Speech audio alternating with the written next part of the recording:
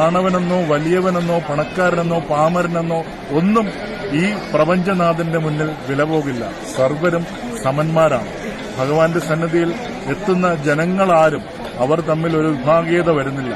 ഇവിടെ നിന്നും പോകുമ്പോൾ ഭഗവാനെ ഇനി ഒരു വർഷം കഴിഞ്ഞ് ഈ സന്നിധിയിലേക്ക് വരാൻ എനിക്കൊരു അവസരം ഉണ്ടാക്കി തരണം. കാരണം ഭഗവാനിൽ അർപ്പിച്ചു പോകുന്ന കാര്യങ്ങൾ നടക്കുമ്പോൾ അത് സ്വർണ്ണക്കുടം, ആ നെയ്യ് ഭഗവാന് അഭിഷേകം ചെയ്യുന്ന കർമ്മത്തിനായാൽ പോലും അടുത്ത വർഷവും ഈ സന്നിധിയിലെത്തി അങ്ങയെ ദർശിക്കാൻ ഈ ദക്ഷിണകാശി എന്നറിയപ്പെടുന്ന ആ ദക്ഷന്റെ യാഗഭൂമിയിൽ, കാരണം പത്നിയെ നഷ്ടപ്പെട്ട ആ യാഗഭൂമിയിൽ കോപാകുലനായി നിന്ന ഭഗവാനെ തണുപ്പിക്കാനെത്തിയ പെരുമാൾ. അതുകൊണ്ട് തന്നെ ഇവിടെ ഭഗവാൻ പെരുമാൾ എന്നും അറിയപ്പെടുന്നു, കൊട്ടിയൂർ പെരുമാൾ.